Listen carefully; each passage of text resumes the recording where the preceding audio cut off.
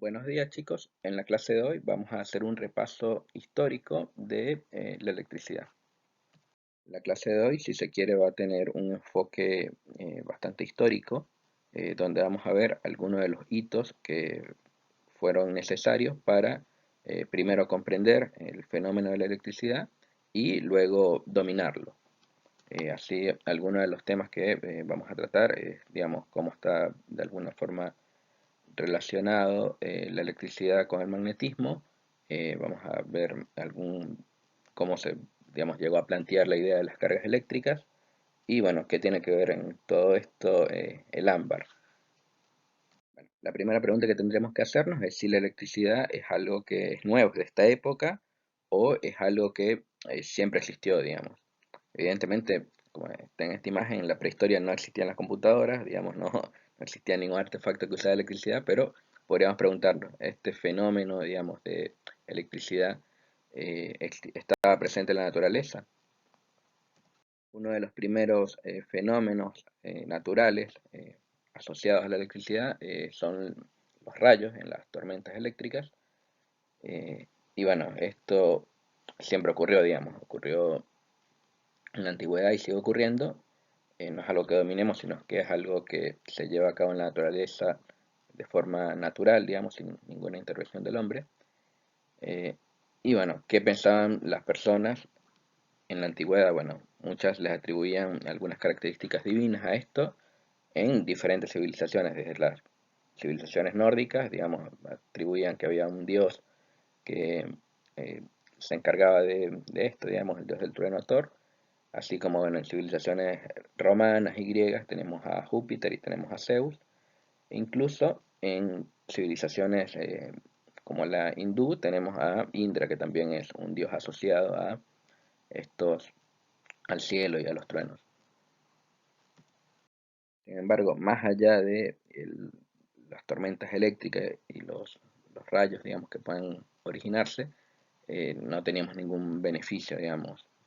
Eh, Uno de los primeros beneficios de los que se tiene registro del uso de la electricidad vendría a ser hace ya casi 4.500 años, 1.750 años antes de Cristo, en civilizaciones como los egipcios y los chinos, que usaban eh, peces eléctricos para tratar ciertos padecimientos.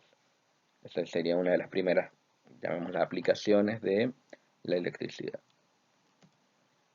Una de las primeras explicaciones razonadas de los fenómenos o de naturaleza eléctrica los da Tales de Mileto, que fue un filósofo griego que vivió en Mileto en torno al 600 a.C. Él logra explicar que una sustancia llamada ámbar, al ser frotada, era capaz de interactuar con objetos sin tocarlos, es decir, de atraerlos. Justamente la palabra electricidad viene del vocablo griego electron, que significa ámbar, es decir, esta resina transparente de color amarillento, eh, justamente le da el nombre a la electricidad, debido a que esta persona, Tales de Mileto, logra explicar que la resina cuando se frotaba podía atraer objetos ligeros. Bueno, en este punto tendremos que preguntarnos qué es el ámbar. El ámbar es una resina eh, que tienen algunos árboles cuando los cortamos. Esta resina, si se logra conservar lo suficientemente tiempo, estamos hablando de millones de años, va a llegar a fosilizarse y vamos a tener estas especies de piedritas, en realidad son resina, no es un mineral, va a ser una resina que se fosiliza y que va a tener la propiedad de, al frotarla, adquirir, digamos, propiedades eléctricas. Van a haber cargas que se van a desprender y van a permitir que puedan interactuar con algunos objetos ligeros. Relacionado también con la electricidad encontramos el magnetismo, digamos, en una región de Asia Menor llamada Magnesia. Se encuentran unas piedras negras que tenían una característica que era que atraían objetos metálicos, objetos de hierro. También justamente la persona que logra estudiar este fenómeno es Tales de Mileto. Eh, bueno, en China acá dice que también este fenómeno se estudiaba. Sin embargo, bueno, el más famoso es de Tales Mileta, debido a que los griegos lograron dejar registros, y es así como muchas de las cosas que conocemos hoy en día tendemos a atribuírsela a los griegos, pero también hay otras civilizaciones que estudiaron este fenómeno relacionado con piedras que atraían objetos metálicos, objetos de hierro. Y debido a que se encontró en la región de Magnesia, se le da el nombre de magnetismo, digamos. Así tenemos el nombre de electricidad y el nombre de magnetismo, ya sabemos de dónde viene. Hasta acá hemos visto que la primera explicación que tenemos de los fenómenos eléctricos y magnéticos se dan justamente en la antigua Grecia, en torno al 600 a.C., y la persona que los da, los registros que se tienen de la persona que logra explicar estos fenómenos es Tales de Mileto. Sin embargo, no hubo una aplicación de estos fenómenos naturales eh, hasta 2000 años después, con la aparición de la brújula, digamos, para justamente navegar.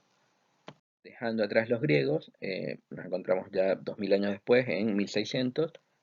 Para esta época ya, digamos, se descubre América, hay mucha navegación, y para la navegación, lejos de costas, justamente a través de los océanos, es imprescindible usar brújulas. Para ello, la reina Elizabeth I de Inglaterra le ordena al físico real William Gilbert que estudie los imanes para mejorar la exactitud de las brújulas. A raíz de este estudio, Gilbert logra demostrar que la Tierra se comporta como un imán gigantesco. Descubrió que al frotar elementos metálicos con estas piedras de imanes, esto se podía magnetizar, es decir, se podían hacer imanes artificiales. Determinó que los imanes tienen polos que se alinean con los polos terrestres, y logra plantear las reglas de atracción y repulsión de los imanes. Continuando en este siglo, pero un poco más adelante, en 1672, el físico alemán Otto von Guericke logra producir la primera máquina que produce cargas eléctricas. Esta era una máquina que tenía una esfera de azufre en movimiento, y bueno, cuando se apoyaba la mano sobre ella, daba chispas, digamos, daba cargas eléctricas. Luego, a raíz de este experimento, en el siglo siguiente, en 1737, dos personas, por un lado el marqués Charles-François de Sistan-Dufay y el científico inglés Francis Hughes, descubren de forma independiente que existen dos tipos de carga eléctrica, una carga, llamémosla hoy, positiva, y una carga negativa. En su momento las llamaron cargas resinosas, justamente por la carga que se obtenía al frotar estas resinas de ámbar, y por otro lado, cargas vítreas, que eran cargas que se obtenían a través del frotamiento de elementos de vidrio, llamémoslo. Continuando ya por 1743, tenemos a esta persona, Peter van Munchenbroek. Me disculpan la pronunciación, pero no tengo todas las pronunciaciones. Esta persona, bueno, usando un experimento parecido al de Guericke, logra almacenar cargas en una botella, digamos. Logra, a través de esta máquina que tenía la pelota de azufre, al frotarla, bueno, lograba, a través de esta terminación que tenía la botella, guardar cargas dentro de la botella. Este va a ser el primer condensador que se tiene registro. Se conoce como botella de Leyden, ya que es justamente la ciudad donde se hizo el experimento. Otro hito importante se da en 1753, a raíz del experimento que hace Benjamin Franklin con un barrilete, donde logra demostrar la naturaleza eléctrica de la electricidad atmosférica, de los rayos, digamos. Para esto, bueno, el experimento consistió en usar un barrilete con un piolín metálico. Estaba también sujeto a una llave, y esta llave, al cortarse el piolín, al pasar la electricidad, chocaba contra una campana, y bueno, ahí fue donde se da cuenta logra demostrar que los rayos tenían naturaleza eléctrica. Luego, Franklin logra también desarrollar una teoría donde decía que la electricidad era un fluido. Además, a través de experimentos de cargas también logra demostrar el efecto punta, digamos, que no es otra cosa que explicar que los electrones van a saltar desde el lugar que esté más cerca, digamos. Es así, si tenemos una vara que tiene una terminación de punta, eh, desde la punta es de donde va a ser más fácil arrancar los electrones o aceptar electrones, dependiendo de cómo sea la corriente. Este sería el principio para los pararrayos. De hecho, el primer pararrayo que se hace usando esta idea de Benjamin Franklin. Continuando, en 1766 tenemos a Joseph Priestley, que era un químico británico que, bueno, logra, usando esta idea de Franklin de acercar un objeto cargado con la terminación de punta a un cuerpo, a una esfera, en este caso él usa una esfera hueca, metálica hueca, se da cuenta que la carga eléctrica en realidad se distribuye a lo largo de todo el cascarón. Y además, dentro del cascarón no hay carga eléctrica. La carga eléctrica va a estar sobre la superficie. Este es un logro importante, digamos, eh, ya que nos dice que dentro del cascarón, digamos, no hay carga, la carga eléctrica es cero, tampoco hay campo eléctrico, y lo más importante, para tener un conductor, no hace falta que el conductor sea macizo, sino que tenga mucha superficie. O sea, ya que justamente a través de la superficie es donde se mueven las cargas eléctricas. Hasta ahora hemos visto que habían determinados materiales que si los frotábamos adquirían una nueva propiedad, digamos. Si frotábamos una resina iba a poder atraer determinados objetos, si frotábamos un vidrio iba también a atraer unos objetos y otros no. Estas dos cargas, hoy en día las conocemos como cargas positiva y negativa, en ese momento se conocían como cargas vítreas y resinosas. Vítrea si venía del vidrio y resinosa si venía de una resina como por ejemplo el ámbar. Todo hasta acá es algo cualitativo, digamos, lo que pasaba. Sin embargo, faltaría un siguiente paso que era ver cuál era la magnitud de esta interacción, el tamaño de la interacción. Esto lo hace Charles Coulomb en 1777 a través de la balanza de torsión. Para esto, bueno, era una balanza que tenía unas bolitas metálicas que se cargaban y, bueno, era posible medir la fuerza de atracción o repulsión mediante, bueno, medir el giro y el brazo de torsión, digamos, cuánto eran los ángulos que se desplazaba esta balanza. Hasta acá hemos visto todos fenómenos que tienen que ver con cargas estáticas, digamos. Froto un objeto, un material, y este material puede, por ejemplo, como está en la foto, hacer que se me paren los pelos o, digamos, atraer o repeler algún objeto. Esto es lo que se conoce como electrostática, digamos. Es fenómenos eléctricos asociados a cargas estáticas. ¿Alguna aplicación práctica que tenga esto, más allá de ser anecdótico? No. Digamos, hoy sabemos la explicación, pero una aplicación como tal, no. Hubo que esperar a nuevos inventos, a nuevos descubrimientos y luego inventos para tener una aplicación de la electricidad como hoy la conocemos. Acá estaría un poco explicado lo que es la naturaleza de la carga eléctrica, digamos, para el caso de electricidad estática o electrostática, digamos.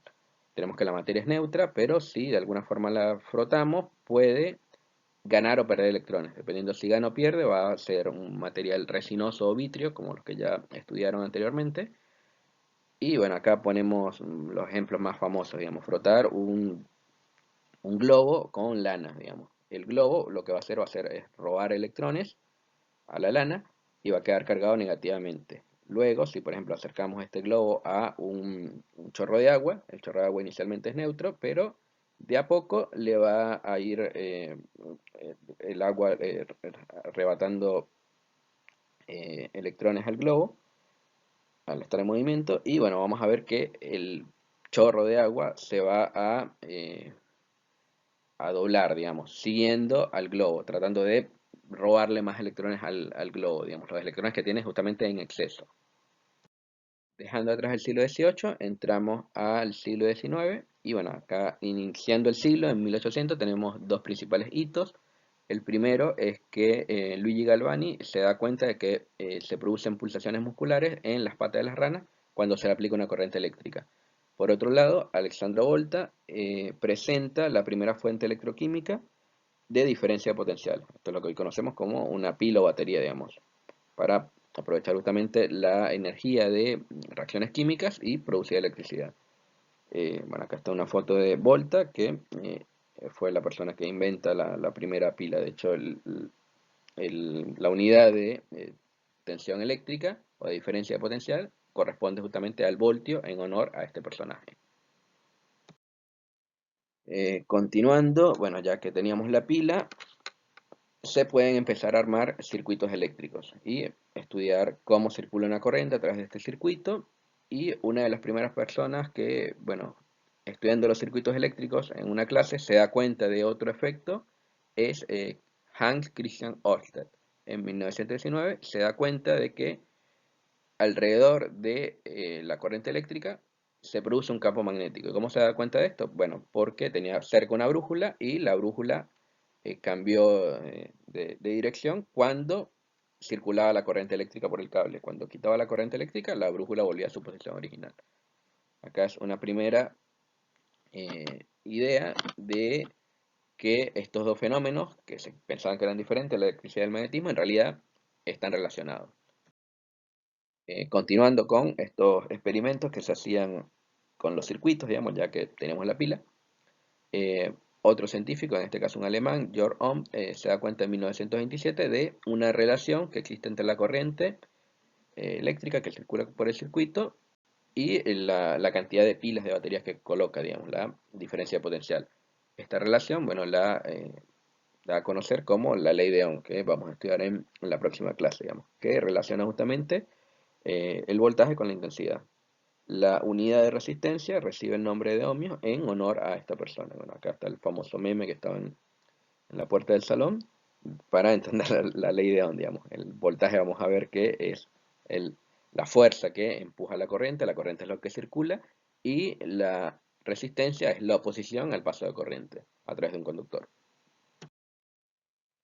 Bueno, continuando, tenemos otro personaje, tenemos a Faraday, que para esa fecha también, en 1831, se da cuenta que al circular una corriente en una espira de cable, se puede inducir electromagnéticamente una corriente en otra espira, digamos. Acá habíamos visto el primer caso, digamos, con Oster, que una corriente afectaba, digamos, creaba un campo magnético que afectaba lo que estaba alrededor, en este caso la brújula. Acá lo que se da cuenta Faraday es que tengo una bobina, llamémosla bobina, una espira en este momento, un cable por el que circula corriente, se genera un campo magnético y cerca tengo otro cable por el que no está conectado a nada, pero si mido voltaje me doy cuenta que va a empezar a circular una corriente.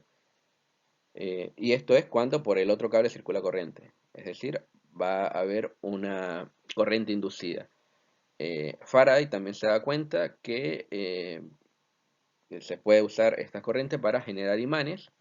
De alguna forma es una de las primeras personas que genera un imán, digamos, usando este fenómeno de inducción electromagnética. Son muchos los aportes que hizo. Bueno, entre los que nos compete para la parte de electromagnetismo, podemos mencionar estos dos. Bueno, podemos pensar que, bueno, Faraday hizo muchos aportes a la ciencia que tenemos hoy en día. Sin embargo, hubieron otras personas que de alguna forma completaron algunas cosas que por ahí quedaban sueltas, digamos, dieron la vuelta de tuerca que le faltaba. Entre esos tenemos a Henry Lane, que se da cuenta en realidad que la corriente que circula por el otro cable tiene sentido inverso, digamos, va a tener polaridad inversa. Eh, es un negativo en una fórmula, la ley de Lenz, pero justamente viene a completar la ley de Faraday. Por otro lado tenemos a Joseph Henry, que es un científico que, bueno, en realidad hizo muchos aportes a la ciencia, pero bueno, la historia la escribe quienes ganan. Es así como, ponte, en 1829 él inventa el telégrafo, no lo patenta, y el que lo patenta es Samuel Morse, 10 años después. En 1830, de forma independiente a Faraday, descubre la inducción electromagnética y se le considera, digamos, el constructor del primer electroimán. Sin embargo, digamos, el laurel se le otorga a Faraday, digamos, porque fue el que lo publicó, digamos. Pero existen registros de que esta persona hoy en día, dándole un poco, reivindicando la historia, es la que hizo grandes aportes a la ciencia. Sin embargo no se preocupó por publicarlos. Continuando, en 1840, siguiendo la idea de los circuitos eléctricos, un par de científicos, por un lado James Prescott Joule y Hermann von Helmont, logran demostrar que los circuitos eléctricos cumplen con la ley de conservación de energía, es decir, la energía que le pongo al circuito es la misma que se disipa por los componentes que tiene el circuito. Al circuito le puedo colocar una resistencia que genera calor, le puedo colocar un motor que genera un torque, una fuerza de torsión, digamos, o lo que le conecte, digamos, le conecte una lámpara, me da luz, lo que sea. De esta forma se logra, bueno, plantear esta ley de conservación de energía y, bueno, una de las cosas que se dan cuenta es que las resistencias disipan calor. Hoy en día usamos una plancha eléctrica, usamos una cafetera, usamos una estufa eléctrica debido a que hacemos circular corriente a través de ella y se genera calor. Ahora, este calor se genera de una forma muy particular, se genera como I cuadrado por R. Mientras más corriente pasa por el circuito, la potencia disipada va como el cuadrado de la corriente, digamos. Y también influye la resistencia que tenga, justamente la resistencia que circula que está en el circuito por el que circula la corriente. Bueno, estos serían los aportes de estos dos científicos, de Joule y de von Helmont. Continuando, bueno, ya un par de décadas después, tenemos los aportes que da James Clerk Maxwell. En realidad, gran parte del aporte que hace es juntar todos estos trabajos que habían hecho Ampere, que habían hecho Gauss, que no lo nombré, eh, Faraday, y logra, digamos, resumir todos los fenómenos electromagnéticos en cuatro grandes ecuaciones, que son las ecuaciones de Maxwell. Completó alguna ecuación, digamos, de estos científicos que nombré, de Faraday, Ampere y Gauss. Y bueno, acá hay un meme, no lo van a entender, que dice, Dios dijo, hágase la luz, y bueno, la luz se hizo a través de las cuatro ecuaciones de Maxwell. Estas cuatro ecuaciones son justamente las que describen todos los fenómenos electromagnéticos y describen que existe una interacción entre campos eléctricos y campos magnéticos y viceversa, digamos, la variación de uno genera el otro. Eh, También plantea, digamos, estudia las propiedades de las ondas y bueno, dice que la luz va a tener naturaleza de onda electromagnética. De hecho, la luz, vimos en la clase pasada, que formaba parte del espectro electromagnético, digamos, la luz visible.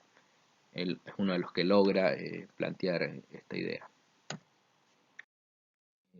Bueno, continuando ya para finales de este siglo, nos encontramos que Henry Hertz, lo conoceremos por la unidad de frecuencia, digamos, la frecuencia tiene unidad de Hertz, justamente porque esta persona detecta ondas electromagnéticas que estaban en la atmósfera, digamos. Hoy en día estamos rodeados por una gran cantidad de ondas electromagnéticas, pensemos que estamos en nuestra casa, y no sé, hay ondas de Wi-Fi, hay ondas de los teléfonos, hay ondas de todo. Eh, Hoy en día que hay un montón de aparatos que producen ondas, pero en este entonces, a finales de 1800, las ondas que habían eran ondas que estaban en la atmósfera, digamos. Esta persona las logra detectar junto con Marconi, que fue el que se le atribuye el invento del radio, y bueno, Marconi, acá lo tenemos también, fue la persona justamente que se le atribuye el radio y logra dar la primera transmisión de radio, digamos. Podemos decir que estamos rodeados a través de muchas ondas eh, y campos electromagnéticos. Estas ondas ya vimos que tienen muy poca energía y no nos afectan, digamos, a nuestro tejido biológico, eh, pero hay ondas dentro del espectro electromagnético que sí nos podrían afectar. En este caso las electromagnéticas no nos afectan. Bueno, continuando, ya para ir cerrando el siglo de los 1800, el siglo XIX, nos encontramos a este señor, a Hendrik Anton Lorentz, un físico de los Países Bajos, que bueno, hizo un montón de aportes a la física, pero el que nos atañe acá, digamos que del que no es muy conocido, es que es la persona que plantea la teoría de los electrones. Los plantea en realidad como iones, la palabra ion se la debemos a él. Luego, midiendo estos iones, nos damos cuenta que hay uno que tiene una carga que tiene determinado valor y todos los valores son múltiplos de estos. Y bueno, ahí se le da específicamente el nombre de electrón a través de un experimento que se llama el experimento de Millikan, que bueno, era observar una gota a través de un campo eléctrico, digamos, un capacitor, digamos, se ponía una diferencia potencial alta, y lo que se quería era que de alguna forma se ionizara un aceite que no era, no, era neutro, y midiendo, digamos, haciendo algunas cuentas, digamos, el tamaño del tamaño que tenía que tener la gota y la física involucrada en esto, digamos, la fuerza, el peso, todo esto, se calculaba cuál era la carga, digamos, cuál era el tamaño de la gota, el radio, y luego con este radio cuál era la carga, y se logra ver que todos los valores eran múltiplos de un número que está acá escrito, 1,6 por 10 a la menos 19 coulomb, es decir, que la carga mínima eh, iba a corresponder justamente a la carga del electrón. A través de este experimento, no, bueno, ya expliqué algo, pero fue un experimento bastante complicado en su época, y lo que nos deja, digamos, estas dos personas, Lorentz y Millikan, es, bueno, los electrones existen y la carga está cuantizada. La carga vale esto. No es una carga que es continua, sino es una carga que admite determinados valores, múltiplos enteros siempre de este valor de 1,6 por 10 a la menos 19, que hoy en día sabemos que es la carga del electrón. Bueno, no podríamos hablar de electricidad sin hablar de Tesla. Tesla fue un ingeniero serbio que, bueno, entre otras cosas, inventó el motor eléctrico que conocemos hoy en día, aunque luego se lo haya robado a Edison. Pero bueno, hizo un montón de aportes a la electricidad, y bueno, la electricidad comercial como hoy la conocemos, electricidad en corriente alterna, se la debemos a él. Bueno, hasta ahora vimos que la corriente eléctrica se debe a movimientos de electrones, y bueno, estos electrones que les da el nombre justamente eh, Lorentz y Millikan, y bueno, lograron calcular la carga. Sin embargo, tenemos que meter acá, aunque hoy sabemos que el modelo atómico de Thomson no es válido, digamos, el modelo este del budín de pasas, no es el que mejor representa la realidad, pero para ese entonces, digamos, para principios de ya 1900, es un modelo que logra decir que la materia tiene dos cargas, está formado, digamos, con la estructura mínima de la materia, el átomo va a estar formado por cargas positivas y cargas negativas. Estas cargas negativas van a ser los electrones, que justamente coinciden con los electrones que encontró Millikan en su experimento. Digamos, aquellos científicos, digamos, venían explicando la naturaleza eléctrica a través de cargas eléctricas. Eh, Lorentz plantea, digamos, los electrones, digamos, la existencia de los iones, y Thomson en realidad lo que plantea, digamos, es, bueno, la materia está conformada por átomos y los átomos tienen esta forma, digamos. Por ahí obviamos la forma sabemos que está mal, pero los constituyentes principales, digamos que las pasitas son negativas y que todo el átomo es positivo, es con los que nos quedamos con que la materia, ya a partir de este descubrimiento del modelo atómico de Thomson, de este nuevo descubrimiento, de este planteo del modelo de Thomson, sabemos que la materia tiene cargas negativas, que coinciden justamente con lo explicado por Millikan.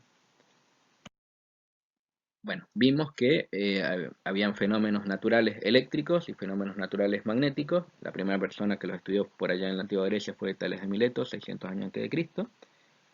Y bueno, hubo que esperar hasta el siglo XIX, 1800 y tanto, para darnos cuenta, digamos, a través de estos experimentos que hizo Oster, Ampère, Faraday, Lenz, de darnos cuenta de que una corriente eléctrica puede inducir un campo magnético. Es así como hoy tenemos en día los electroimanes, un electroimán, un imán artificial que se produce al hacer circular corriente eléctrica a través de un arrollado de conductores, una bobina. Bueno, estas mismas ideas de Faraday y Ampère sirven al contrario, digamos, para, a través de un campo magnético, producir corriente eléctrica, y justamente lo que se aprovecha en las centrales eléctricas y los generadores para producir electricidad. De esta forma, bueno, vemos que existe una relación entre la electricidad y el magnetismo. Lo que habría que preguntarnos es si son fenómenos, no los llamemos independientes, porque ya vimos que están relacionados, pero son fenómenos fundamentales, o hay uno que sea más fundamental que el otro. Este sería el siguiente paso que se da a principios de 1900, cuando Albert Einstein plantea la relatividad especial, digamos. Es una consecuencia, digamos. Nos damos cuenta que en realidad el magnetismo no es algo que sea fundamental. Bueno, para explicar por qué el magnetismo no es una fuerza fundamental, no es una interacción fundamental, tendríamos que, bueno, entender una de las consecuencias de la relatividad especial. La relatividad especial la plantea Albert Einstein en 1905 y, bueno, entre otras cosas, digamos, una de las consecuencias que tiene es contracción de la longitud, digamos. Tenemos que todo aquello que se mueva muy rápido, digamos, rápido es una velocidad comparable a la velocidad de la luz, va a ver que lo que está a su alrededor se encoge, digamos, se vuelve más chico, se contrae, justamente es la contracción de la longitud. Lo contrario pasa con el tiempo vamos a ver que se va a dilatar. De hecho, la relatividad especial va a ser famosa justamente por estas dos cosas, por la paradoja esta de los gemelos, que bueno, uno viaja, el otro se queda y uno envejece y el otro no. Eso en cuanto a dilatación del tiempo y luego por la contracción de la longitud. La contracción de la longitud vamos a ver que es, bueno, el objeto que viaja a una velocidad rápida ve que su entorno se achica, se encoge, se contrae. Entonces, quedándonos con esta idea de la contracción de la longitud, pensemos ahora en el movimiento de electrones, que son partículas chiquitas, que se mueven muy rápido a velocidades comparables a la velocidad de la luz. No llegan a ser la velocidad de la luz porque nada que tenga materia puede llegar a la velocidad de la luz, pero sí a una velocidad cercana. Y es así como un electrón que circula a través de un conductor va a ver que las cosas alrededor del conductor tienen un tamaño distinto, se contraen. Bueno, acá tenemos un ejemplo de un conductor por el que no circula corriente, en el caso de arriba donde dice stop. Eh, Pensemos que la materia es neutra, es decir, los, los átomos del conductor que sea cobre, aluminio, lo que sea, eh, van a estar neutros, digamos, va a haber la misma cantidad de protones y electrones. Y bueno, si colocamos una carga de prueba, esta carga Q roja, la colocamos fuera del conductor, la carga no va a sentir nada, porque el conductor está neutro, no hay cargas positivas ni cargas negativas sueltas. Esta carga no va a sentir ninguna fuerza. Ahora hagamos un ejercicio, empecemos a hacer que estos electrones se muevan a través del conductor en este caso, de izquierda a derecha. Ellos se empiezan a mover, se mueven bastante rápido y lo que va a pasar es que los electrones van a ver que los protones, o en realidad los protones no, los núcleos que se quedan, van a como contraerse. Si tocamos una sección de este cable, digamos, lo que está marcado acá entre estas barras azules, vamos a ver que, bueno, que para este caso van a haber 3 cargas positivas contra 2 cargas negativas. En este caso, la carga de prueba, la carga Q roja positiva que estaba fuera del cable, va a sentir una fuerza de repulsión. ¿Por qué? Porque bueno, hay 3 cargas positivas, 2 negativas, es decir, es como si hubiera una carga positiva suelta. Una carga positiva ve otra carga positiva y se repelen. La fuerza que siente la carga Q que está fuera del conductor va a ser, eh, digamos, se va a repeler, va a ser una carga repulsiva, una fuerza repulsiva, y va a ser siempre este tipo de fuerzas que sienten las cargas, digamos, afuera del conductor, van a ser perpendiculares a la dirección de circulación de la corriente, digamos. La corriente vamos a ver que circula de izquierda a derecha, por lo tanto, la fuerza que siente esta carga de prueba Q va a ser en sentido perpendicular, digamos, como está en esta flechita roja que dice F. Es así como a través de la relatividad especial se le logra dar una explicación al magnetismo y nos quedamos solamente con la interacción eléctrica. Digamos. La interacción eléctrica va a ser la que va a ser fundamental, digamos, justamente por las cargas. La interacción eh, magnética es una consecuencia del movimiento de cargas. Ahora pensarán, bueno, ¿qué pasa a un imán? Bueno, un imán en realidad lo que ocurre es pequeñas corrientes y algunos dipolos que se forman, digamos que quedan ordenados de determinada forma, y hay materiales que pueden de alguna forma guardar este magnetismo, digamos, pero no ocurre siempre, digamos. Espero que les haya quedado claro, digamos, esto. Si no, después les paso un video donde seguramente está mejor explicado. Bueno, hasta acá vimos un resumen, digamos, de lo que fue la historia de la electricidad y algo de magnetismo, no vimos mucho de magnetismo. Vimos que comenzamos desde Tales de Mileto, que bueno, se le da justamente el nombre a la electricidad a través de esta piedra o esta resina de ámbar, cuando la frotaban, acá dice con piel de gato, atraía algunos objetos ligeros. Luego, bueno, hubo que esperar un montón de años, 2000 años, básicamente, para empezar, bueno, a ver algunos efectos de, primero, cargas estáticas, a través del experimento de Otto de Guericke, luego la botella de Leyden, bueno, estos experimentos que hacía Dufay para ver la electricidad vítrea y la electricidad resinosa. eh, Charles Coulomb logra, digamos, hacer un experimento que era la balanza de torsión para medir la fuerza de atracción. Bueno, en el medio, Alexandro Volta desarrolla la batería, la pila que conocemos hoy en día. Franklin da una explicación, digamos, de los fenómenos atmosféricos tienen naturaleza eléctrica. Bueno, Henry construyó el primer electrimán, acá lo reconocemos a él, aunque bueno, ¿no? En algunos libros vean que es Faraday, en realidad fue Henry. Ohm plantea, bueno, la ley de Ohm, que la vamos a estudiar en la clase siguiente. Faraday, bueno, descubre la inducción electrostática. Len, digamos, le da una vuelta de tuerca a esto que hizo Faraday y logra explicar el sentido de la corriente, digamos. Vemos que Faraday demostró que por circulaba una corriente y cerca había otro cable que no estaba conectado a nada, circulaba también una corriente.